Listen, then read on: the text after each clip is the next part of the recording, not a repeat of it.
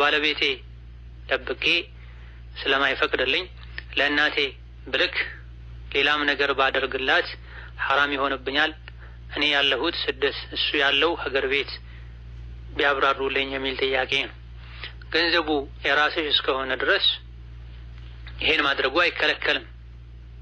በተለይ እናት ሌላ የሚረዳ ሰው ከሌለ ሴት ልጅ የግል ገንዘቧን ወጪ ማድረግ ትችላለች፣ አስተዋይ እስከሆነች ድረስ፣ ገንዘብ ዝም ብላ ምትበትን እስካልሆነች ድረስ። ሞኝነት ካለባት ገንዘብ አያያዝ ማትችል ከሆነ ነው ያለ ባሏ ፈቃድ ማውጣት አትችልም ይባል፣ ያለ ኃላፊዋ ፈቃድ ማውጣት አትችልም፣ ወጪ ማድረግ አትችልም ይባል።